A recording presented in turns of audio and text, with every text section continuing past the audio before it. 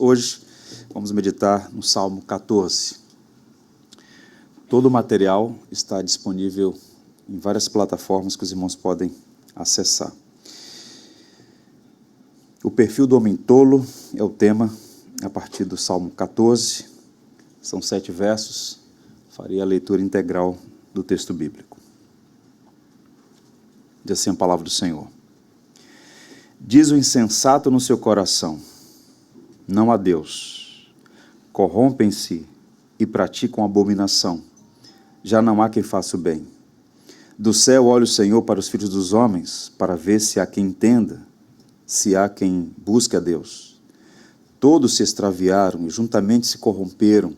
Não há quem faça o bem, não há quem faça o que é justo, nenhum sequer. Acaso não entendem todos os obreiros da iniquidade que devoram o meu povo, como que come pão, que não invocam o Senhor? Tornar-se-ão de grande pavor, porque Deus está com a linhagem do justo. Meteis a ridículo o conselho dos humildes, mas o Senhor é o seu refúgio. Tomara de Sião viesse já a salvação de Israel. Quando o Senhor restaurar a sorte do seu povo, então exultará Jacó, e Israel se alegrará. Que o Senhor nos abençoe. O livro de Salmos é uma coletânea de poesias hebraicas. São cânticos que expressam louvor, lamento, gratidão, confiança.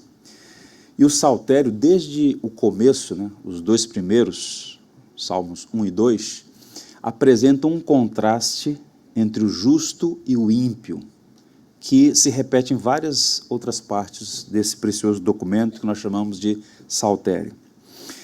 O justo e o ímpio têm caminhos diametralmente opostos. E o foco do Salmo 14, como vai ficar evidente, é o ímpio e sua maneira de viver, seu estilo de vida. O Salmo 15, que se Deus permitir examinaremos na semana que vem, o foco é o justo, a sua integridade, a maneira como ele atesta ser de fato um filho de Deus. São 2 salmos de sabedoria que revelam 2 estilos de vida.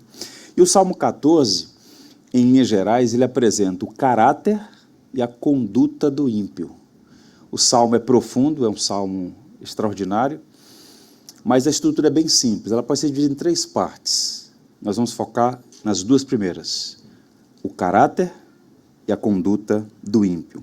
Veja, o salmista descreve esses ímpios, o que eles dizem, o que eles fazem, mostrando de início a presunção, a arrogância, a altivez.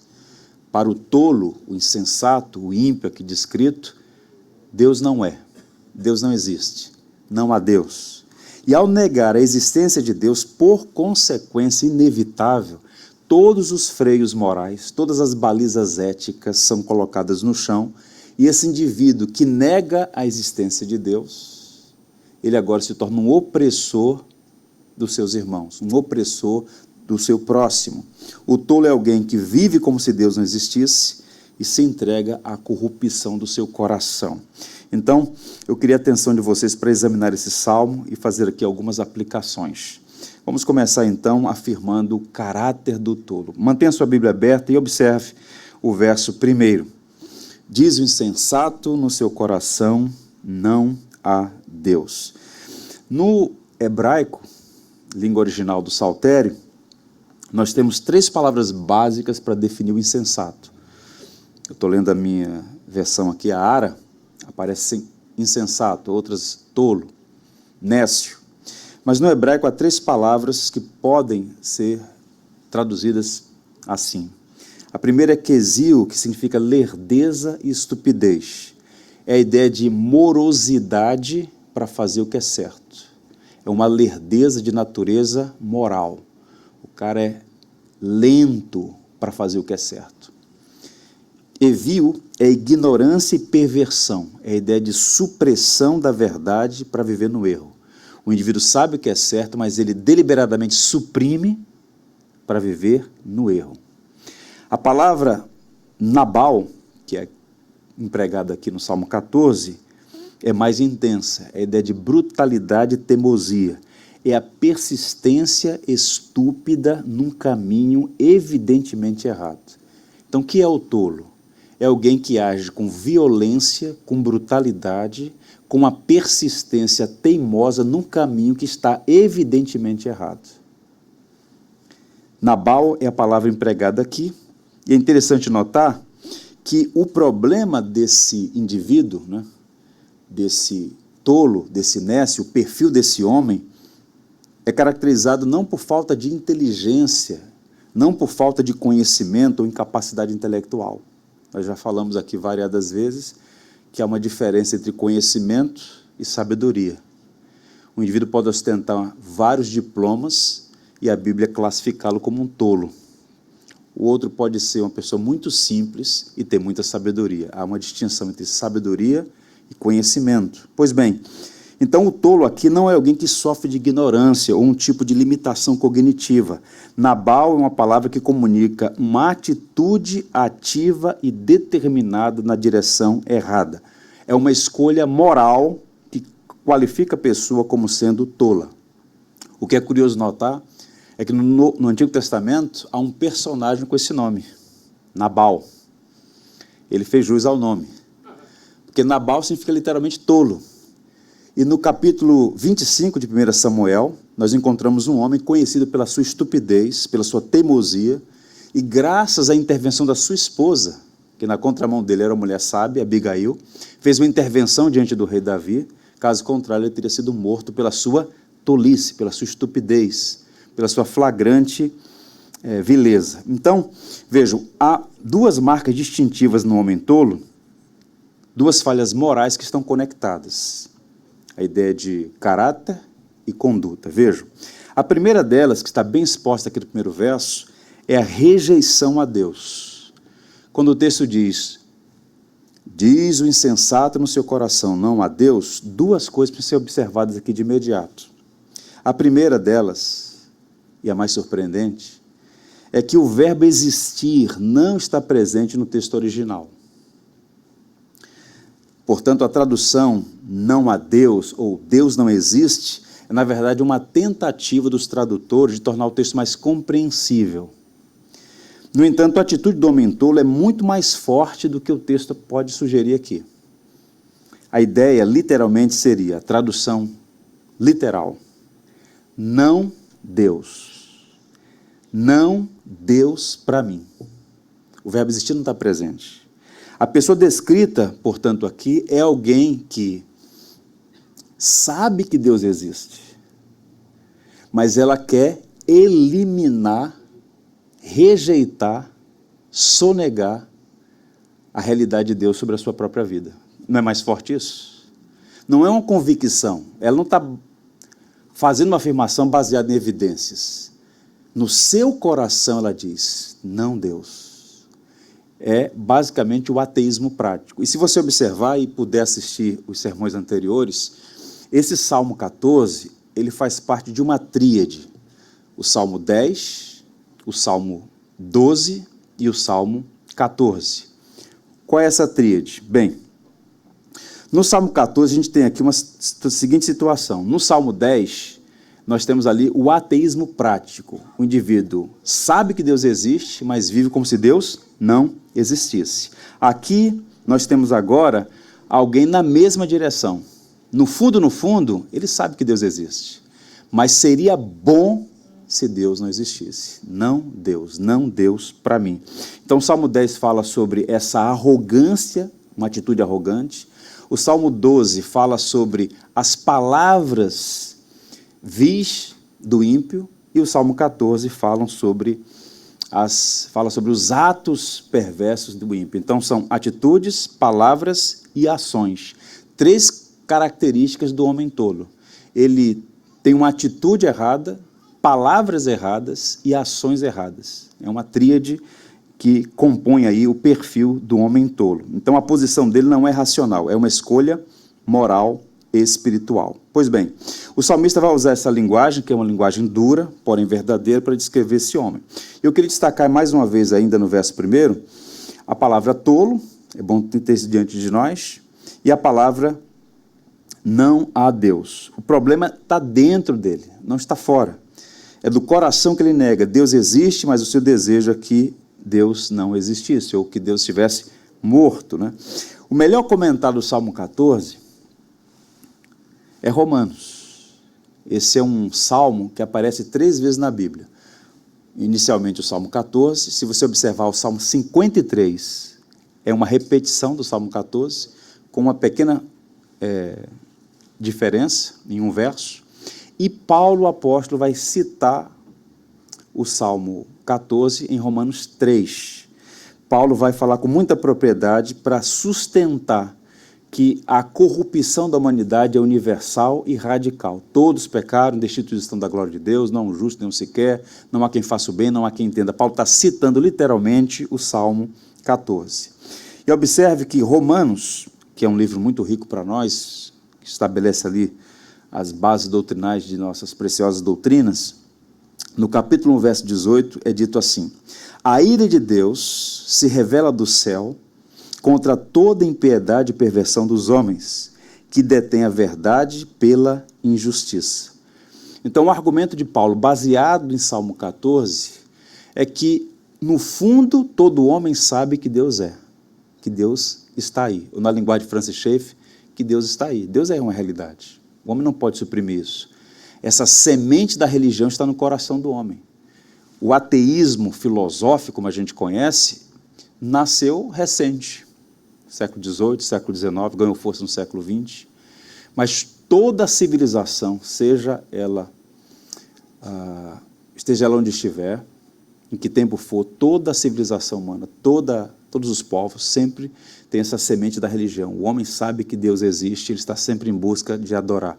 A adoração é a realidade do ser humano. Agora, qual o problema? Por causa do pecado, o homem tenta suprimir a verdade para manter-se na idolatria. Por isso, Paulo diz que a ira de Deus se revela contra toda impiedade e perversão dos homens que detêm a verdade pela injustiça. O James Boyce, comentando essa passagem, diz assim: tudo sobre Deus lhes parecem ofensivo. Ele é santo, eles não. Sua santidade é a condenação dos pecados deles. Ele é onisciente, eles não são. Eles acham o conhecimento de Deus perturbador. Deus é amor, eles são cheios de ódio. Ele é gracioso, eles são sem graça. Deus é sensato, sábio, eles são tolos e estúpidos. Lembra que Jesus teve sempre conflito com os religiosos do seu tempo, porque duas realidades diametralmente opostas, luz e trevas. João chega a dizer que eles odiaram a Jesus porque o Jesus é luz e eles são trevas. Então, o homem ímpio, o homem tolo, no fundo do seu coração, a ideia de Deus é perturbadora, por isso tentam suprimir. E esse caso aqui, o nécio, o tolo, é alguém que diz, não Deus. E essa afirmação não é porque Deus não existe, é porque no fundo ele gostaria que não existisse. Ele está negando, rejeitando a Deus. Bem, se houvesse evidências de Deus, se não houvesse, evidências de Deus e nenhuma possibilidade de vir a conhecê-lo, nós podemos chamar isso de agnosticismo.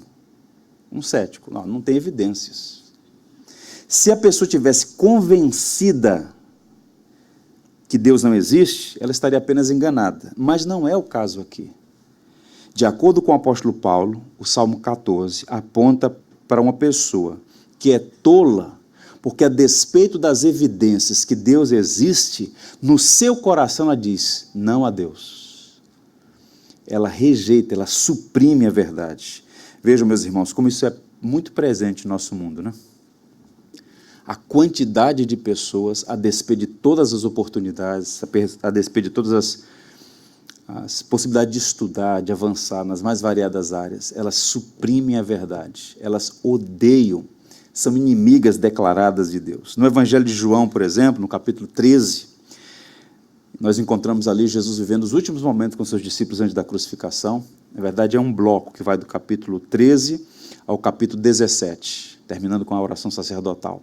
No capítulo 13, a gente encontra ali uma das passagens mais densas do Evangelho segundo João, porque Jesus está dizendo, olha, ele está preparando os discípulos, inclusive vai falar sobre o Consolador no capítulo 14, E no capítulo 15, Jesus diz assim: eles perseguirão vocês também. Se perseguiram a mim, perseguirão vocês também. E aí Jesus diz uma coisa que é absolutamente chocante. Ele diz assim, no versículo 25 do capítulo 15: odiaram-me sem motivo. Não há motivo para que Jesus fosse odiado por aquela geração. Não há motivos para que Deus seja alvo desse ódio. Não há motivo para esse homem dizer, Deus não. Mas o problema todo é de natureza. A natureza corrompida dos filhos de Adão criam essa relação de hostilidade para com o seu Criador. Para o homem natural, bom seria se Deus não existisse. Por isso ele rejeita, por isso ele nega, por isso ele vive nesse ateísmo prático como se Deus não existisse. Essa é a primeira falha moral que qualifica o homem como tolo. Ele rejeita Deus, ele nega Deus. Paulo, inclusive, diz na carta a Tito que, embora professem conhecê-lo, o negam com as suas obras. Inclusive, tem aquele que diz, não, Deus é maravilhoso, não creio, Deus tem me abençoado. Mas, na prática, ele nega, na prática, ele rejeita. Porque afirmar que Deus existe e não viver de acordo com Deus só acumula pecado sobre pecado. É como alguém que diz, Deus é fiel. Eu falei, isso é um problema. Isso é um problema. Porque você está fazendo uma confissão de que Deus é fiel, mas você vive como se Deus não fosse fiel. Não é? Então, percebam que, na verdade, aqui, uma situação que vai, como descascar uma cebola, são várias camadas, e o núcleo, o coração, é realmente a natureza humana corrompida. Por isso, ele vai afirmar, logo depois dessa sentença, diz o insensato do seu coração, Deus não existe.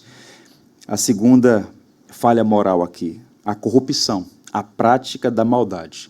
Então, por essa negação, por essa rejeição a Deus, a consequência inevitável é a corrupção. O que é corrupção? Nós brasileiros ouvimos tanto essa palavra, né? A corrupção é um desvio da natureza, é um desvio do que é correto, um desvio do que é certo. Então, o homem, por negar a Deus, ele não pode seguir no caminho correto para o qual Deus o planejou, o projetou para ser. Então, ele se corrompe e faz o quê? Pratica abominações. Deus não criou o homem para praticar abominações, para ser vil, belicoso com seu semelhante. Mas por conta de rejeitar a Deus, esse homem está corrompido e ele pratica o mal. Então, uma relação aqui de causa e efeito. Vejam, corrompe-se e praticam abominação, já não há quem faça o bem. Ou seja, pela natureza corrompida, o bem se torna uma impossibilidade. O próprio profeta Jeremias falou sobre isso. Pode o etíope mudar a cor da pele? Pode o leopardo remover as pintas? Assim são vocês, acostumados a fazer o mal. É da natureza corrompida. E essa corrupção nasce dessa relação separada, esse divórcio com Deus. Então, rejeitar a Deus, o tolo abre caminho para a prática da maldade, a corrupção, portanto, é o resultado da loucura de viver como se Deus não existisse. E observe que ambos, tanto Davi quanto o apóstolo Paulo mais à frente, declaram que a corrupção e a prática da maldade são o resultado da tolice. Nabal, como eu já disse para vocês, pode ser traduzida por insensatez, tolice, indica a personalidade de alguém agressivamente perversa, cuja loucura se expressa em atos malignos. Então o salmista está falando aqui de uma espiral moral para baixo. É a depravação, é a consequência inevitável do pensamento tolo. Alguém disse assim, Nabal é uma espécie de tolo, vil e sem valores. Ele não é apenas estúpido, mas moralmente deficiente. E aqui de imediato eu queria fazer uma aplicação. Queria que vocês guardassem bem isso. E ouvissem, fazendo uma conexão com a nossa cultura, com a realidade na qual estamos inseridos. A maior tolice e a estupidez mais brutal de um homem é desprezar a Deus. Essa rejeição é uma autocastração espiritual que empobrece a vida e abre o caminho para o mal. Porque é impossível amar o próximo sem amar adequadamente a Deus. Essas duas coisas estão conectadas. Por isso Jesus resumiu os dois mandamentos em amar a Deus e amar o próximo. Quem rejeita a Deus, quem nega a Deus, em algum momento, também vai se tornar perverso na sua relação com o seu próximo. Uma recomendação de leitura. Dostoiévski, o maior escritor russo. Que você encontrar dele, pode comprar e ler. Que homem brilhante. Há um clássico dele chamado Irmãos Karamazov. Dostoiévski, ele coloca nos lábios de Ivan, um dos personagens, uma frase que capta o espírito, a mensagem do Salmo 14. Ivan diz assim: se Deus não existe, tudo é permitido. Está aqui um resumo do escritor russo, Dostoiévski, apontando essa relação entre Deus e o próximo. Se Deus não existe, tudo é permitido. As normas morais e éticas não têm qualquer validade se não houver o fundamento divino absoluto. O Criador é o legislador do mundo e estabeleceu leis baseadas em seu caráter. Se Deus não existe, o homem pode viver de acordo com as suas paixões, com as suas opiniões, porque não há quem prestar contas. Por isso, toda a base ética e moral está fundamentada no cristianismo, na verdade revelada por Deus. Por quê? Por que é que você deve tratar bem alguém? Qual é o fundamento ético? Por que é que você deve se comportar dessa maneira e não da outra? Para nós cristãos, todo o nosso comportamento ético e moral está baseado numa legislação que Deus colocou no próprio coração e revelou na sua palavra. Uma vez eu tive o privilégio de ouvir o Sproul, e ele disse uma coisa muito interessante. Todas essas leis que nós temos no mundo, e nós temos muitas leis, elas são resultado da quebra de 10 leis. Se o homem respeitar os 10 mandamentos, não precisa de mais nenhuma lei. Essa multiplicidade de leis revela o quê? A corrupção do próprio coração humano, né? Muitas leis, porque o homem não é confiável, tem que colocar leis e limites, mas a base, o centro está lá, o coração da lei moral, os 10 mandamentos. Então percebam, existe uma relação, portanto, entre negar a Deus e oprimir o próximo. Diz o tolo no seu coração, Deus não, corrompe-se e pratica abominação. Para ilustrar isso, deixa eu contar uma história para vocês de um homem que entrou para a história como um dos maiores tiranos, Joseph Stalin. Ele nasceu na Geórgia, na cidade de Gori, um país pequeno no leste europeu, curiosamente membro da Igreja Ortodoxa Russa. Vocês sabem que no ano 1054 houve uma divisão entre a Igreja Romana no Ocidente e a Igreja Ortodoxa, a partir de Bizâncio, Constantinopla. E todo o leste europeu, pelo menos aqueles países mais ao leste, se alinharam com a Igreja Ortodoxa. Então, muitas famílias, muitas gerações, muitos países foram influenciados, como ainda são até hoje, pela Igreja Ortodoxa Russa, ou Igreja Ortodoxa Grega. E o Stalin, ele cresceu nessa ambiência, era muito devoto, e por 2 anos foi seminarista da Igreja Ortodoxa Russa. Mas ele foi cooptado por ideias marxistas. E sob a influência do livro de Charles Darwin, ele rejeitou a fé cristã e se tornou um comunista. E o comunista, ele é religioso. O seu Deus é o Estado. Ele, então, participou da Revolução de 1917. Com a morte de Vladimir Lenin, ele se tornou o governante, né, a autoridade máxima da antiga União Soviética. Matou todos os seus oponentes, todos eles. E em 1934, esse homem promoveu o que é chamado de Grande Expurgo. Pouco se fala sobre isso, mas observe. Paranoico, extremamente perverso. Dos 14 generais de 3 estrelas, ele matou 13. Dos 9 almirantes, ele matou 8. Dos 186 comandantes de divisão, ele matou 154. E o único país que fez oposição foi a Ucrânia. E o que ele fez? Mandou cercar o país, e em 9 meses, 7 milhões de ucranianos morreram de fome. O Holodomor. A perversidade, a maldade. Qual o ponto? Eu não estou dizendo que todo ateu é um genocida, que todo ateu é alguém que necessariamente vai levar a elevar a 10ª potência a sua maldade. Mas esse caso de Stalin aponta claramente por isso, nessa direção.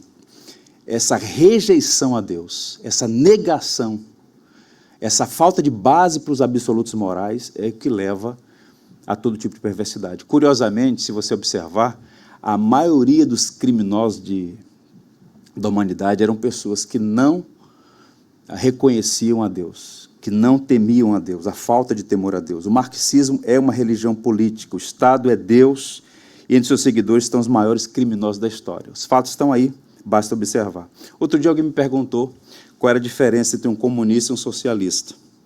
Eu dei uma resposta simples. Um comunista é um socialista sem vergonha. Um socialista é um comunista constrangido que tenta limpar do histórico os seus companheiros dos seus crimes. Mas é basicamente a mesma coisa. É uma negação dos valores absolutos do Senhor. A corrupção e a prática da maldade não está restrita, repito, aos que negam a Deus abertamente, mas não há dúvida de que a falta de temor a Deus é razão da maldade dos homens. E se a gente fizer uma leitura do livro de sabedoria, Provérbios, está tudo lá, em um único versículo. O temor do Senhor é o princípio do saber, mas os loucos desprezam a sabedoria e o ensino. Se não houver temor a Deus, se não houver temor ao Senhor, não haverá sabedoria. Por isso os loucos, os nécios, desprezam a sabedoria e o ensino. O caráter, meus irmãos, é revelado na conduta. Os frutos indicam a natureza da árvore. Um pé de manga não dá abacaxi, nem uma jaqueira produz uvas. Cada um produz de acordo com a própria natureza. E o tolo, descrito no Salmo 14, por negar a Deus, por rejeitar a Deus, corrompido, ele é um praticante de maldades, é um praticante de abominação. Eu não estou dizendo, quero reiterar, que todo ateu é um criminoso, nem ignoro o triste fato de que muitos religiosos podem cometer crimes, mas o fato objetivo é que a rejeição a Deus, a falta de temor ao Senhor, é uma porteira aberta para o que... E é por isso que a gente vê a história do século XX como uma história de sangue, de assassinatos em série, de massacres, de extermínio de gerações inteiras por esses homens que, curiosamente, acreditavam no mito da inerente bondade humana. O homem é bom, o que corrompe são os meios. Mas quando, na verdade, eles mesmos eram os promotores dessa tirania. Inclusive, o Salmo 14 usa uma linguagem interessante. Chama, sabe como? Obreiros da iniquidade. Trabalhadores do crime, é o que ele está dizendo aqui. O Warren Wiersbe, comentando essa passagem, diz assim: a depravação humana não significa que todas as pessoas desenvolvem seu potencial absoluto de perversidade. Essa corrupção radical, como a teologia chama, não significa que todas as pessoas desenvolvem seu potencial absoluto de perversidade. Ou que nenhum homem ou mulher seja capaz de falar alguma coisa boa. Antes, quer dizer que todos têm uma natureza decaída, a qual são incapazes de mudar, e que sem a graça de Deus, ninguém pode ser salvo do julgamento eterno. Em outras palavras, todo ser humano tem um potencial para a maldade. E esse homem que tem um potencial para a maldade pode fazer coisas boas, por causa da graça comum. Mas por algumas razões, alguns chegam ao clímax dessa perversidade e se tornam ícones de maldade, já citei um deles aqui. Bem, depois de ouvir o tolo falar sobre Deus, agora Davi nos permite Deus falar sobre o tolo. É igual aquela história do Nietzsche, né? Nietzsche, um filósofo alemão que disse que Deus está morto. No dia do funeral dele, os pastores pregaram, Deus disse, Nietzsche está morto. Inverteu. Então aqui, primeiro, o salmista fala sobre o tolo, afirmando que Deus não é. Agora, o que Deus diz sobre o tolo? Os versos 2 e 3, encontramos aqui uma avaliação de Deus sobre o tolo, sobre o homem insensato. Vejam aí, versos 2 e 3. Do céu olha o Senhor para os filhos dos homens, para ver se há quem entenda, se há quem busque a Deus. Todos se extraviaram e juntamente se corromperam. Não há quem faça o bem, não há nenhum sequer. O tolo é alguém que deveria buscar a Deus, mas preferiu fingir que Deus não existe. É uma fuga da realidade, uma negação motivada pelo coração. Agora o salmista amplia o quadro e coloca em perspectiva o que Deus diz sobre o tolo. Do céu olha o Senhor para os filhos dos homens.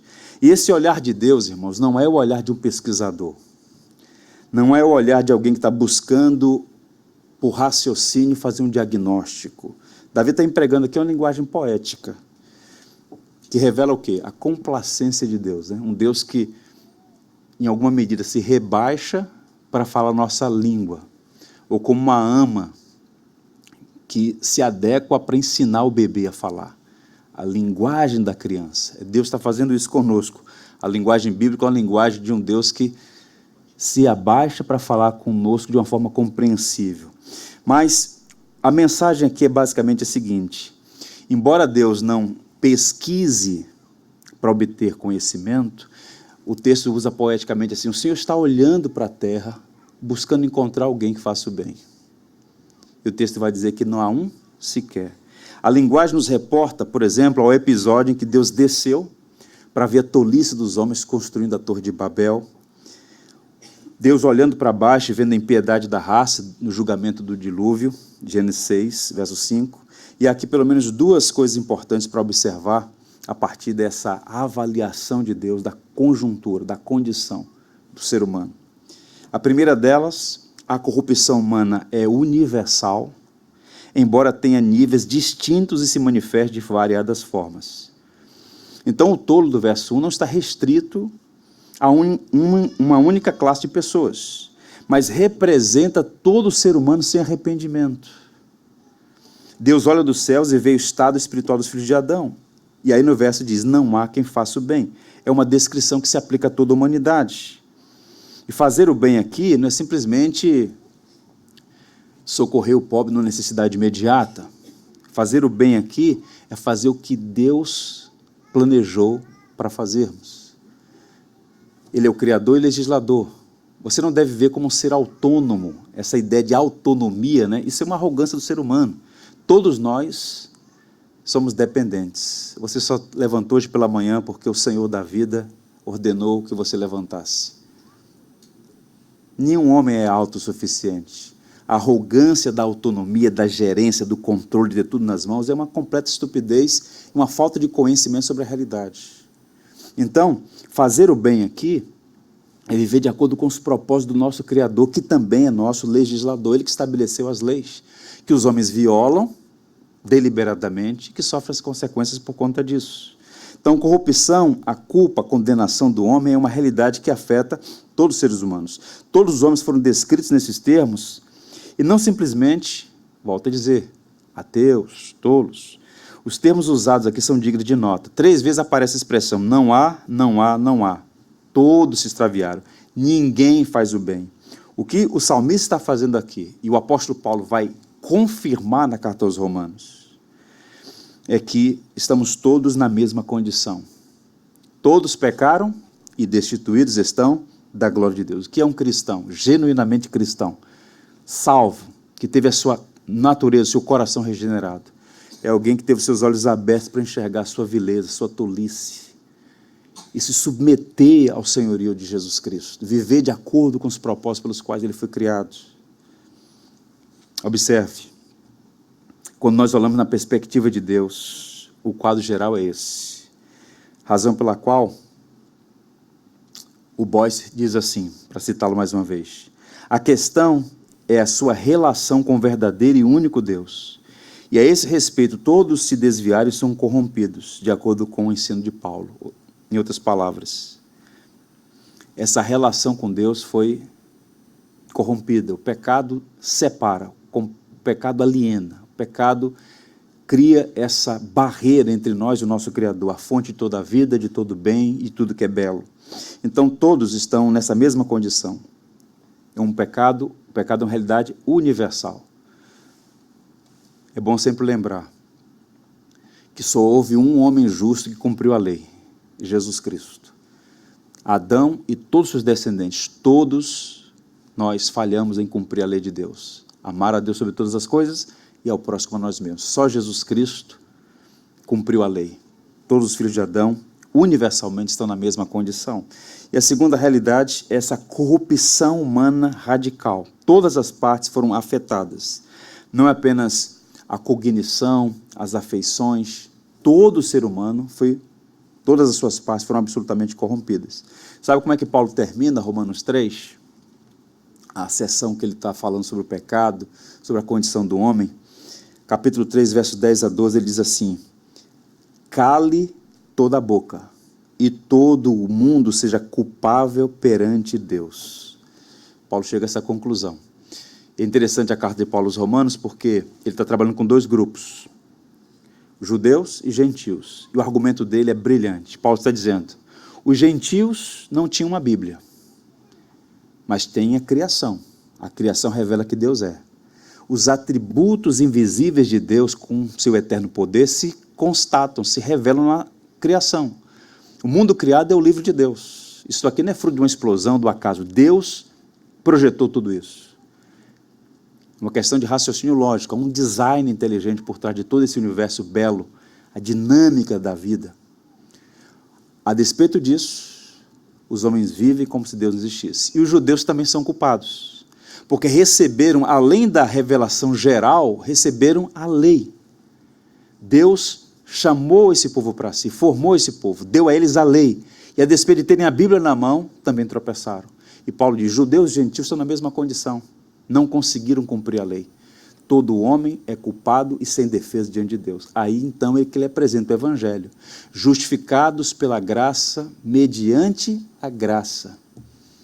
Ele fala duas vezes, gratuitamente, mediante a graça. A única maneira do homem ser salvo é confiando no único homem justo que morreu por pecadores naquela cruz, Jesus Cristo. Fora isso, é só tristeza e lamento. Então, a parte de Deus, todo o trabalho de iluminação para entender essas verdades é impossível. Só mesmo o Espírito pode abrir o entendimento para compreender essas verdades. Rui Barbosa, o grande advogado do Brasil, né? Salvo engano, é patrono dos advogados. Ele dizia que essas verdades do Evangelho não podem ser compreendidas simplesmente por capacidade cognitiva. Ele dizia, inclusive, que uma pessoa limitada com a Bíblia na mão pode confundir qualquer bacharel em direito. Em outras palavras, é graça de Deus compreender essas verdades. Paulo fala, 2 Coríntios 2,14, que o homem natural não discerne as coisas do Espírito porque elas são discernidas espiritualmente. Então é até ofensivo para o ímpio falar que ele não pode, falar que ele é pecador, falar que ele está numa condição de desvantagem, culpado diante do tribunal de Deus. Isso é ofensivo, mas essa é a ofensa que salva. Se você não for golpeado pela espada da lei, você não receberá a graça que cura. A lei precede a graça. O Evangelho só pode ser uma boa notícia para quem foi alcançado pela má notícia. E a má notícia é que você, sim, foi criado por Deus, Ele lhe deu uma lei para você obedecer, você não a cumpriu e você será julgado. Um dia, uma hora e um momento, todos nós compareceremos diante do tribunal de Deus. E Deus olha para a humanidade e só vê dois homens, os que estão em Adão e os que estão em Jesus Cristo. Quem está em Adão está perdido. Mas se colocar confiança em Cristo, nenhuma condenação há para os que estão em Cristo Jesus. Bem, vimos vimos o caráter do tolo. Agora, qual é a conduta? Qual é o caminho? Versos 4 a 6, o caminho do tolo. Acaso não entendem todos os obreiros da iniquidade que devoram o meu povo, como quem come pão, que não invocam o Senhor, tornar-se-ão de grande pavor, porque Deus está com a linhagem do justo. Meteis a ridículo o conselho dos humildes, mas o Senhor é o seu refúgio. Então, o salmista está fazendo aqui um panorama. Deus olha do alto dos céus e observa o feito dos homens na terra. Qual é o seu veredito? Todos se desviaram, todos se extraviaram, não há quem faça o bem. No verso 4, a gente tem uma nota de perplexidade. É como se Deus tivesse a dizer, que loucura é essa que vocês estão fazendo? É uma linguagem retórica. Deus nunca é surpreendido. Deus conhece o ontem, o hoje e o amanhã no eterno agora. Para Deus tempo não existe. Mas essa nota de perplexidade é para apontar a monstruosidade do que os homens fizeram com o próprio Deus. Jeremias faz isso no capítulo 2. Que maldade vocês viram em mim para me abandonarem? Cavando cisternas rachadas que não contêm água, quando na verdade eu sou manancial inesgotável de vida, é uma insensatez, é uma tolice, é uma monstruosidade. Então essa pergunta aponta para isso. E a redação do versículo 4 mostra essa surpresa, é uma linguagem antropomórfica, né? Deus mais uma vez usando a linguagem humana para tornar compreensível a realidade para os homens, e ele então fala desses obreiros da iniquidade que se entregam completamente à prática da maldade. E esse hábito de pecar deixa a mente cauterizada e o coração emperdenido. É por isso que Davi diz que um abismo chama outro abismo. Vejam como isso é uma realidade, inclusive, na nossa sociedade, cada vez mais leniente com o crime. Se você puxar a ficha de um assassino, ele não começou a vida no crime com assassinato. É a leniência, é a falta de punição é que vai ampliando o espectro de crimes. O indivíduo paga na delegacia, passou 25 vezes, foi preso, foi solto, foi preso, foi solto. Essa é a justiça brasileira. Como uma teia de aranha, né? Pega os pequenos e os grandes arrebentam com ela. Então, observe que esse hábito para pecar, essa dinâmica do coração cauterizado, emperdenido, só pode ser transformado por esse despertamento espiritual. O que é um cristão? É alguém que foi sacudido pela lei e só encontrou refúgio em Jesus Cristo. E o Salmo 14 está explorando tudo isso numa linguagem poética. O Senhor expressa seu espanto e pergunta, eles não têm conhecimento? Eles são tão cegos espiritualmente que não sabem o que fazem? Então, por causa da falta de compreensão espiritual, eles podem até mesmo ser pegos, se regozijando em atividades que acreditam ser corretas, mas que, na verdade, são erradas. Vou mostrar isso de duas maneiras. Vejam. Vocês lembram quando Jesus disse na cruz? Ele falou 7 palavras na cruz. Uma delas se dirigia aos seus algozes imediatos, que eram aqueles soldados romanos ali. E o Senhor disse, Pai, perdoa-lhes, porque não sabem o que fazem. Isso não exime aqueles homens de culpa, mas explica a razão das escolhas estúpidas. Aqueles soldados não sabiam quem era Jesus. Para eles, mais um criminoso, sentenciado por Roma, e que eles estavam matando a 3x4. Pai, perdoa-lhes, porque não sabem o que fazem. A ignorância. Observe que Paulo amplia isso e escreve assim aos Coríntios, nenhum dos governantes desta era compreendeu essa sabedoria, pois se a tivessem entendido, não teriam crucificado o Senhor da glória. Enquanto Jesus estava sendo crucificado em Jerusalém, o imperador romano estava tomando vinho em Roma, não tinha nem conhecimento do que estava acontecendo. Completa ignorância, uma ignorância que não exime da culpa, razão pela qual no credo apostólico, que nós cantamos ainda há pouco, é dito que Jesus foi morto, sepultado, sob Pôncio Pilatos, tem registro na história. Ignorante, mas não exime de responsabilidade. Então, Paulo mesmo, por exemplo, ele fala que perseguiu os cristãos na ignorância, porque para Paulo, os cristãos eram hereges, que estavam desvirtuando, né, corrompendo a religião oficial, a religião correta, o judaísmo. Então, esse estado de cegueira, de alienação, só pode ser transformado mediante uma ação poderosa do Espírito de Deus por meio da sua palavra. E essa abertura dos olhos, o enxergar a própria condição, o voltar-se para Deus, não é uma coisa que o homem pode fazer, nem ninguém pode fazer por outro. Só Deus pode abrir os olhos, só Cristo pode tirar Lázaro do túmulo. Vejam, por exemplo, o Salmo 36, descreve o ímpio como aquele que suaviza os próprios pecados porque não os vê. O Salmo 36 diz assim, os primeiros versos, o pecado fala ao perverso lá no fundo do seu coração. O perverso não aprende a temer a Deus. Ele se julga muito importante e pensa que Deus não descobrirá o seu pecado e não o condenará. A conversa dele é má e cheia de mentiras, ele não tem juízo e não quer fazer o bem. Deitado na sua cama, ele planeja maldades. Ele anda por caminhos que não são bons, nunca rejeita as coisas más. O Salmo 36 está falando sobre a conduta do ímpio, sobre essa habilidade maligna de fazer o erro e continuar, persistir, insistir.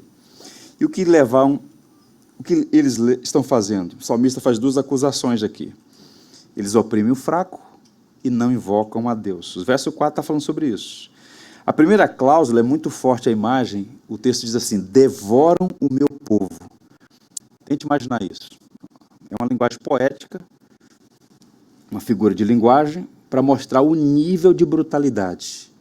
Nós não sabemos quem são esses ímpios aqui, há um debate sobre isso, mas o fato objetivo é que a atitude, a ação, a prática deles de crueldade pode ser comparada a devorar.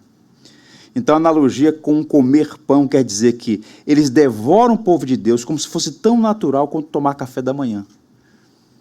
Quando a gente assiste, por exemplo, lê um livro ou assiste um filme desses períodos tenebrosos, sombrios da história da humanidade, a Alemanha nazista, o terror na União Soviética.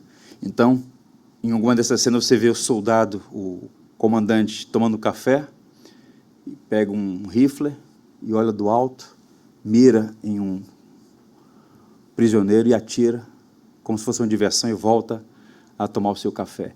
Essa é a ideia aqui, devora, come, como se fosse tomando café. É o nível de brutalidade, de perversidade que está sendo exposto aqui. Então, essa cegueira espiritual pode levar uma pessoa a uma total indiferença para com o próximo. Adolf Hitler, por exemplo, que também é um ícone de perversidade e maldade, vejam como são as coisas. Ele que não tinha nenhum remorso em construir aquelas câmeras de gás, em transformar crianças em sabão, chorou profundamente quando teve que, na última hora, em 45, maio de 45, sacrificar a sua cadela. Tinha profunda afeição por um cachorro, enquanto ele foi o mentor do assassinato de milhões de pessoas. Percebam a incoerência? Esse é o mundo no qual estamos inseridos. Se Deus não existe, tudo é permitido. Suprimir a verdade abre a porteira para todo tipo de crime e barbaridade. Agora, quanto mais você amar a Deus, quanto mais você conhecer a Cristo, mais parecido com Ele, mais misericordioso, mais perdoador, mais benévolo, mais gentil. Percebam, mais perto de Deus, mais refletiremos o caráter dEle. Mais distante dEle, a gente pode ir para um lugar tão sombrio, usando a linguagem de Dostoiévski, que os demônios da alma farão de nós instrumentos, né? Essa é a linguagem, instrumentos da maldade. E ele fala mais ainda no verso aí, não invocam o Senhor. Ou seja, a ideia de invocar aqui não é simplesmente orar, né? Os pagãos oram. Jesus, inclusive, diz, não orem como os pagãos, achando que pelo muito falar serão ouvidos. A oração cristã é diferente da ladainha pagã. Então, a ideia aqui é, não invocam, não reconhecem, não se submetem. A linguagem que Paulo usa, por exemplo, no Novo Testamento, Romanos 10, todo aquele que invocar o nome do Senhor será salvo. O que é invocar? Todo aquele que orar? O inferno está cheio de gente que fez orações. Nós temos um hino cantor cristão que diz assim, lágrimas não salvam, orações não salvam, ofertas não salvam, é Cristo que salva. Invocar a Deus significa reconhecer que Ele é a nossa única esperança na vida e na morte. Se submeter. E todo o sermão vai colocar você mais perto do céu, mais perto do inferno. Você está ouvindo a verdade e uma resposta inevitável. E não responder já é uma resposta. Por isso, ele diz assim, eles devoram o meu povo, eles não invocam o Senhor. E no versos 5 e 6, nós temos aqui o juízo. Eles têm um caráter, têm uma conduta e sofrerão juízo por conta disso. Nos versos 5 e 6, vejam, o salmista fala que os ímpios vão experimentar terror e vergonha. Duas palavras fortes também. Terror e vergonha. Tornar-se-ão de grande pavor, porque Deus está com a linhagem do justo. Meteis a ridículo o conselho dos ímpios, mas o Senhor é refúgio. Então, observem. Se eles tivessem qualquer compreensão de quem Deus é, saberiam que Deus é justo juiz. Meus irmãos, Paulo fala muito claramente sobre isso. Nós temos o primeiro advento, nós celebramos agora o Natal, chamamos de primeiro advento, a primeira vinda. Jesus não veio condenar o ser humano, por uma razão muito simples, todo ser humano já está condenado. Ele veio para salvar, ele veio como cordeiro, para morrer naquela cruz para salvar. No segundo advento, ele virá como juiz dos vivos e dos mortos, e virá como leão. E todos ouvirão o rugido do leão. Ou, na linguagem poética também de Apocalipse, a ira do cordeiro. O cordeiro que veio mudo, o rei que veio disfarçado, como uma criancinha em Belém, vai vir de uma forma clara e visível. Todo olho verá o Filho do Homem vindo sobre as nuvens dos céus. Todo joelho se dobrará e toda língua confessará que Jesus Cristo é o Senhor, para a glória de Deus Pai. Então, todas as perversidades, as injustiças todas, nos mais variados graus, nada passa despercebido. Haverá um dia, hora e momento que eu me prestará contas de si. E Paulo diz que Deus já destinou um varão que será o juiz. Paulo pregou isso para os filósofos em Atenas. Quem é o varão que Deus destinou para ser o juiz? É Jesus Cristo. Juiz dos vivos e dos mortos, porque o mar devolverá os seus mortos. Haverá ressurreição, e todos os homens comparecerão diante de Cristo e terão que responder por si. Por isso ele vai dizer assim, grande pavor. Por que isso? É um horror súbito. Quando eles perceberem, já será tarde demais. Até um hino sobre isso, né? Quando perceberem, será tarde demais. Então verão que Deus, o Deus que eles negavam, virá para justificar pessoas a quem eles estavam devorando. Por isso o texto vai dizer assim, tornar-se um grande pavor, porque Deus está com a linhagem dos justos. O Senhor sempre protege os seus filhos. Mesmo quando, no primeiro momento, Ele permite que seus servos sofram na mão de seus algozes. Agora também, vejam, há uma palavra consoladora para o povo de Deus aqui. Deus está com a linhagem dos justos, o Senhor é o seu refúgio. Qual é a aplicação para nós aqui? O que é que isso nos ensina? Vivemos em um mundo hostil ao Evangelho. Falei sobre isso aqui no domingo passado à noite. Um mundo hostil ao Evangelho. Eles tentam nos devorar, pois não temem a Deus. Mas haverá um dia em que o Senhor fará justiça e retribuirá cada um segundo as suas obras. Uma recomendação de leitura para vocês também. Leiam a obra O Peso de Glória, C.S. Lewis. Nesse livro, que é um compêndio, é uma reunião de vários artigos, de entrevistas que C.S. Lewis deu à BBC de Londres, ele diz assim, no final de tudo, aquele rosto que é o deleite ou o terror do universo será voltado para cada um de nós. Vejam, o rosto de Deus será um rosto de deleite ou de terror, concedendo glória inexprimível ou impondo uma vergonha que nunca poderá ser curada ou disfarçada. É por isso que Dante disse na sua obra A Divina Comédia, que na porta do inferno há a frase, lancem fora toda esperança. Apocalipse diz que pedirão a morte e a morte fugirá deles. Tamanho terror. Percebam, meus irmãos, como o Salmo é atual e está em conexão com toda a teologia bíblica do Antigo e Novo Testamentos. E o verso 7, que é a parte final, não tenho tempo para expor, apenas lembrar que o Salmo está dividido em 3 partes. O caráter do tolo, a conduta do tolo, e o verso 7 é a expectativa de redenção do justo. Veja, tomara de Sião viesse já a salvação de Israel. Quando o Senhor restaurar a sorte do seu povo, então exultará Jacó, e Israel se alegrará. Sião aqui é um símbolo, o lugar onde Deus se revelou ao seu povo, símbolo da presença de Deus. Então ele está apontando para uma expectativa messiânica. Tomara de Sião viesse o nosso Redentor. Quando restaurar nossa sorte, uma linguagem que, via de regra, está falando sobre o retorno do cativeiro, mas nesse momento aqui, não havia cativeiro ainda. Portanto, pode ser usada a expressão com uma ideia de renovação depois de um tempo de miséria.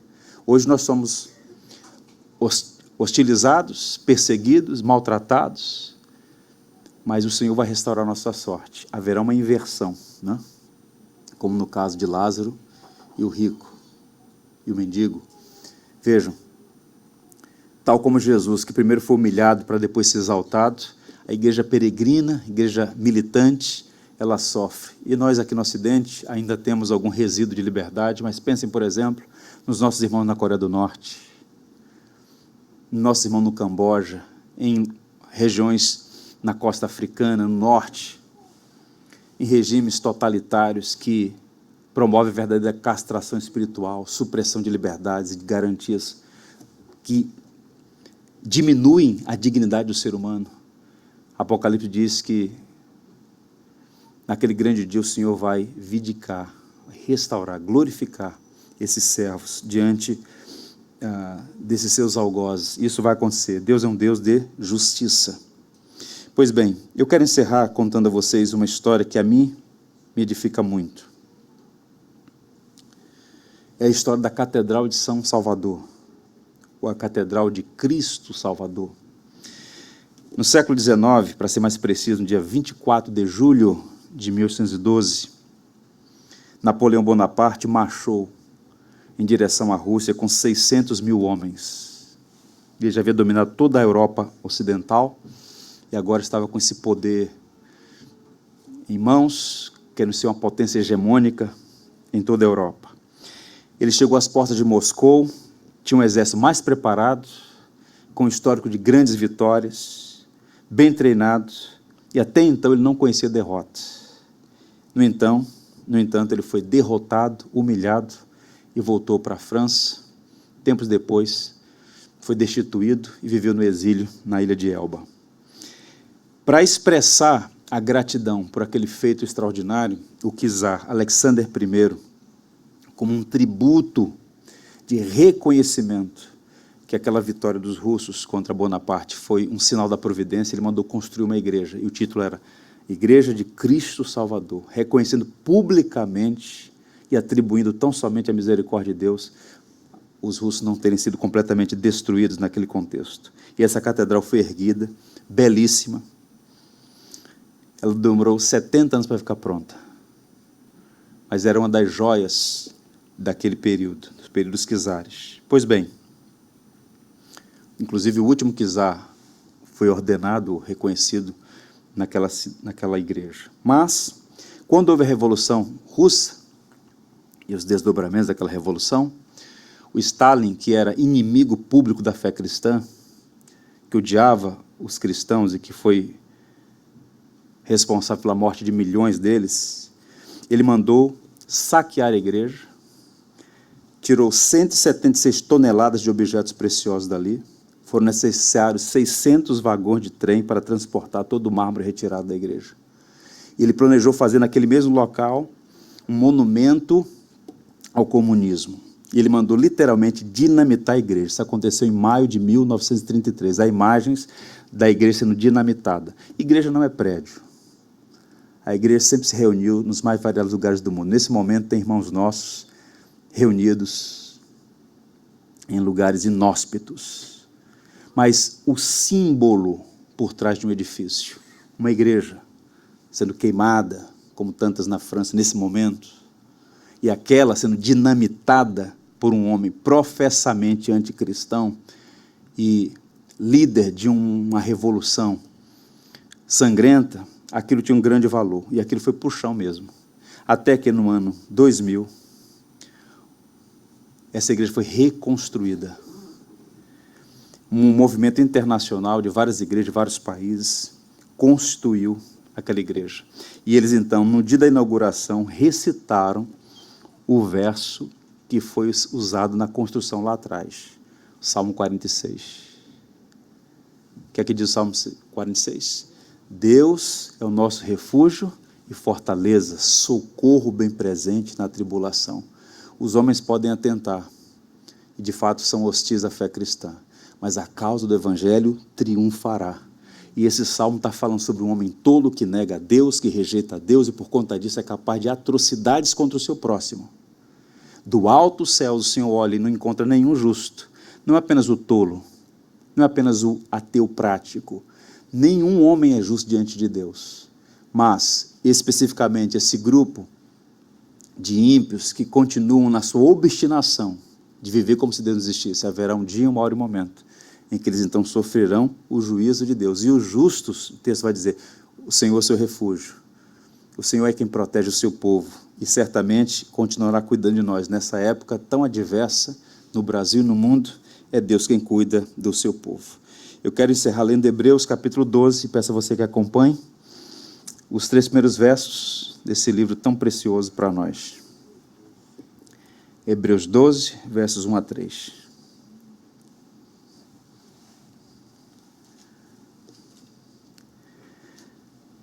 Portanto, também nós, visto que temos a rodear-nos tão grande nuvem de testemunhas, desembaraçando-nos de todo o peso e do pecado que tenazmente nos assedia, corramos com perseverança a carreira que nos está proposta, olhando firmemente para o autor e consumador da fé, Jesus, o qual, em troca da alegria que lhe estava proposta, suportou a cruz, não fazendo caso da ignomínia, e está sentado à destra de Deus. Considerai, pois, atentamente aquele que suportou tamanha oposição dos pecadores contra si mesmo, para que não vos fatigueis, desmaiando em vossa alma. Que o Senhor conserve nossos olhos em Jesus Cristo. Amém. Que o Senhor nos dê a alegria de perseverar no caminho. Amém. A Ele seja a honra e a glória. Amém. Vamos orar. Ó Senhor, Deus nosso, reconhecemos mais uma vez e o fazemos com grande alegria. Só o Senhor é Deus. Todas as coisas foram criadas pelo Senhor e para o Senhor. Toda a criação revela a sua glória e majestade. E nós ficamos fascinados com a grandeza do Senhor, com a sua majestade e poder. E te louvamos porque, a despeito da glória que o Senhor tem, o Senhor nos amou tão intensamente, que ofereceu Jesus para nos tirar do caminho da tolice e nos colocar no caminho da sabedoria. Obrigado porque nós fomos alcançados pela tua misericórdia. Não há um justo nenhum sequer, todos pecaram. Nós estamos nesse grupo de todos os homens, mas a tua graça é maior que a nossa iniquidade. E é por isso que nós estamos aqui hoje, como igreja, prestando culto a Ti e a Ti somente, por Tuas muitas misericórdias. Vivemos num mundo hostil ao Evangelho, mas nós cremos que o Senhor é soberano e tem sido protetor do seu povo, o guarda de Israel. Ó Pai, abençoa esta igreja e cada um dos seus servos que aqui congrega, que a nossa fé seja fortalecida e possamos continuar dando bom testemunho e sejamos ousados na defesa da nossa fé. Que tenhamos sabedoria para anunciar o Evangelho e muita paciência para aguardar, porque só o Senhor pode transformar o coração dos homens. Nós te agradecemos por essa porção da Tua Palavra e pedimos que sejamos sábios para não apenas ouvir, mas também colocar em prática. A Ti seja a glória, em nome de Cristo. Amém. Vamos ficar em pé, vamos fazer... Tudo que tens feito, por tudo que vais fazer, por Tuas promessas e tudo que és, eu quero Te agradecer com todo o meu ser. Te agradeço, meu Senhor. Te agradeço, meu Senhor. Te agradeço por me libertar e salvar, por ter morrido em meu lugar. Te agradeço, Jesus, te agradeço. Eu te agradeço, te agradeço por tudo que tens feito, por tudo que vais fazer, por Tuas promessas e tudo que és. Eu quero Te agradecer com todo o meu ser. E aí? Te agradeço, meu Senhor.